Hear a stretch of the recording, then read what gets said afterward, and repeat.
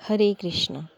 भगवान शिव के प्रिय इस पवित्र श्रावण मास में हमने श्रवण करी भगवान शिव के 11 ज्योतिर्लिंगों की कथा। और आज हम इस कथा श्रृंखला के अंतिम चरण यानी 12वें ज्योतिर्लिंग जो कि घुष्मेश्वर या घृष्णेश्वर ज्योतिर्लिंग के नाम से जाना जाता है। आइए श्रवण करते हैं भगवान शिव के 12वें ज्योतिर्लिंग घुष्मेश्वर ज्योतिर्लिंग की कथा। घुष्मेश्वर ज्योतिर्लिंग महाराष्ट्र के औरंगाबाद जिले में स्थित है। यह महाराष्ट्र में 6 संभाजी महाराज नगर से के नज़दीक दौलताबाद से 11 किलोमीटर की दूरी पर है। यह 12 ज्योतिर्लिंगों में से सबसे अंतिम ज्योतिर्लिंग है। यह स्थान ध्यान इत्यादि के लिए प्राकृतिक सौंदर्य का भंडार है, जिससे केवल हिंदू ही नहीं बल्कि बौद्ध व जैन धर्म के अनुयायी भी आकर्षित हुए। शहर से दूर यह स्थान अपनी सादगी से परिपूर्ण है।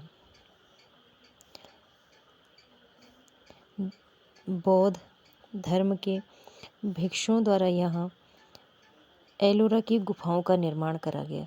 यह एलोरा की गुफाओं के नाम से, जो कि मंदिर के पास में ही प्रसिद्ध स्थित है, के नाम से प्रसिद्ध है।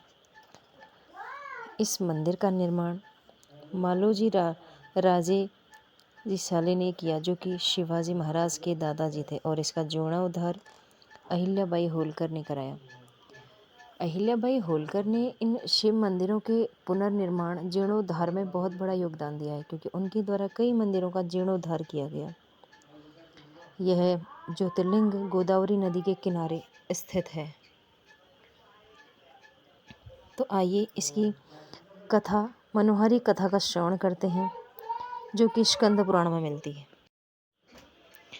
कहानी शुरू होने से पहले एक विनती की कथा को शेयर कीजिए, अपने परिवार के साथ बैठकर सुनिए, जिससे वैदिक सनातन परंपरा का प्रसार हो। तो आइए सुनते हैं कथा। एक बार एक ब्राह्मण सुधर्मा नाम का शिव भक्त ब्राह्मण था, जो कि बहुत ही धार्मिक था। अपनी पत्नी के साथ इसी स्थान पर निवास करता था। तो वे दोनों बहुत ही सादगी व उनका जीवन परिपूर्ण था। बस एक ही चीज़ की कमी थी कि उनका कोई संतान नहीं थी। इस पर सुधर्मा की पत्नी ने अपने पति से विनती करी कि वे उसकी छोटी बहन से दूसरा विवाह कर लें।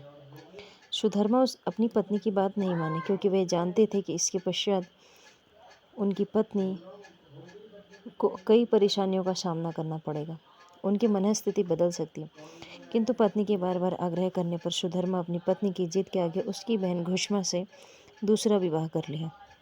और ऐसे कुछ समय पश्चात घुष्मा अत्यंत शिव भक्त, पति अनुयायी, दयालु व बहुत ही सरल स्वभाव की महिला थी।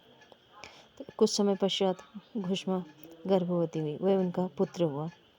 अब जैसे ही पुत्र हुआ, चारों तरफ घुष्मा की प्रशंसा होने लगी। वह अनन्य शिव भक्त थी। वह प्रातः रोज उठकर शिव भक्ति कर अपने पति के साथ शिव अर्चना करती।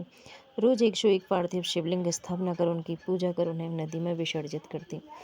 इसी प्रकार यह क्रम चलता रहा। और अब सुधर्मा की जो पहली पत्नी थी, उनके मन में ईर्ष्या भाव उत्पन्न होने लगा। और धीरे धीरे समय व्यतीत हुआ। जो उनका पुत्र हुआ था, उसका विवाह हुआ, पुत्रवत हुआ। सुधर्मा व घुष्मा के मन में कोई परिवर्तन नहीं, कोई ईर्ष्या नहीं था। किंतु उनकी पहली पत्नी अब मन ही मन यह सोचने लगी कि उनका तो यहाँ पर कोई नहीं है, उनका परिवार नहीं है। इस प्रकार की ईर्ष्या की भावना ने जब उनके मन में अत्यधिक असर कर दिया, अत्यधिक घर कर लिया, तब एक दिन प्रातः जल्दी उठकर उसने अपनी बहन के पुत्र की हत्या कर दी और स्वयं जाकर अपने कक्ष में सोने लगी। तब प्रातः उठकर घुष्मा व उनके पति शिव आराधना कर रहे थे। तब पुत्रवधू जैसे ही कमरे में गई, उसने देखा कि उसके पति वहाँ मृत पड़ा है। और उसकी जो पहली पत्नी ने जो पुत्र की हत्या करी, उसके अंग काटकर उसी नदी में प्रवाहित कर रही, जिसमें घुष्मा रोज शिवलिंग प्रवाहित करती थी। तो इस प्रकार जैसे पुत्रवधू रुदन करने लगी, तो ऐसा देखकर सुधर्मा की पहली पत्नी भी रुदन दिखावे के लिए रुदन करने लगी। किंतु घुष्मा अपनी शिव आराधना में लीन रही। उस पर न कोई हर्ष था न शोक था। वह जैसे रोज रहती थी उसी प्रकार भगवान शिव की आराधना कर उन शिवलिंगों को ले जाकर नदी में प्रवाहित करने के लिए गई। तभी उसने वहाँ पे देखा कि उसका पुत्र जीवित खड़ा था, नदी किनारे जीवित खड़ा था। और तभी वहाँ भगवान शिव भी प्रकट हुए।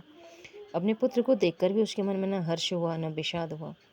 वह नित्य की भांति जैसे कुछ हुआ ही ना हो, इस प्रकार भगवान शिव की भक्ति में लीन थी।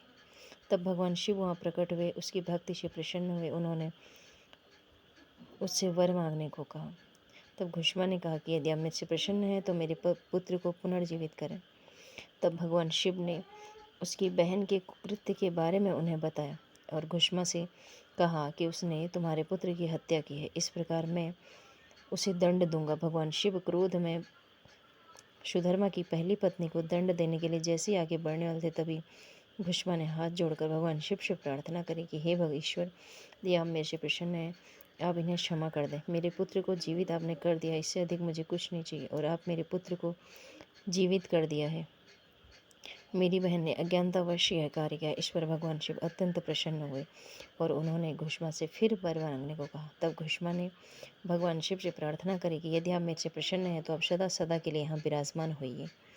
और भगवान शिव, क्योंकि वह घुष्मा के द्वारा भक्ति से प्रसन्न होकर वहाँ स्थापित हुए थे, इसलिए उस ज्योतिर्लिंग का नाम घुष्मेश्वर ज्योतिर्लिंग पड़ा। और भगवान शिव एक ज्योति के रूप में गोदावरी नदी के किनारे इस स्थान पर सदैव के लिए विराजमान हो गए। इस प्रकार 12 ज्योतिर्लिंगों की कथा संपन्न होती है। भगवान शिव के इन 12 ज्योतिर्लिंगों की कथा का इस पवित्र श्रावण मास में हमने श्रवण किया, जिनके श्रवण, दर्शन, पूजन, आराधन, भजन, कीर्तन, केवल नाम स्मरण मात्र से ही व्यक्ति जीवन के आवागमन के चक्र से मुक्त होता है तथा मोक्ष को प्राप्त करता है। भगवान शिव ने इस धरती पर लोक कल्याण के लिए समय समय पर वह भिन्न भिन्न स्थानों पर स्वयं एक ज्योति के रूप में स्वयं विराजमान है, जिनके दर्शन करने से व्यक्ति जन्म, मरण, मोक्ष, पाप इत्यादि सभी से मुक्त होता है। इसी क्रम में यदि आपको कहानियाँ पसंद आई हों तो चैनल को लाइक, शेयर, सब्सक्राइब कीजिए तथा अन्य कृष्ण कथाएँ तथा उनकी चमत्कारी कथाओं को सुनने के लिए चैनल पर बने रहिए। हरे कृष्ण।